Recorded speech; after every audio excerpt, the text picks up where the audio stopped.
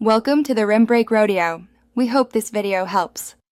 In this video, I will explain how to fish in Animal Crossing. New Leaf. First, you will need a fishing rod, which you can purchase from Nookling Junction or the museum shop. Once you have your rod, open your inventory and equip it. Then, simply walk up to any body of water where you see a fish shadow.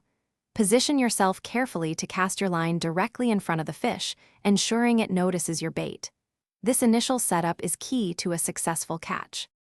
Once you are ready, press the button to cast your fishing line.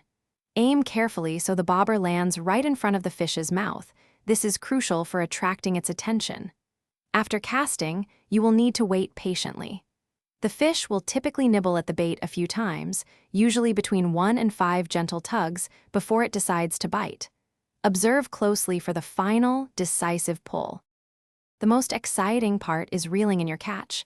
When the fish finally bites, the bobber will fully submerge underwater with a distinct splash.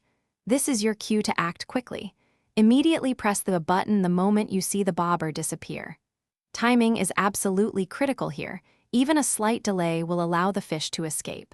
A successful press will bring your new fish right to shore. To improve your fishing success, pay close attention to the sounds.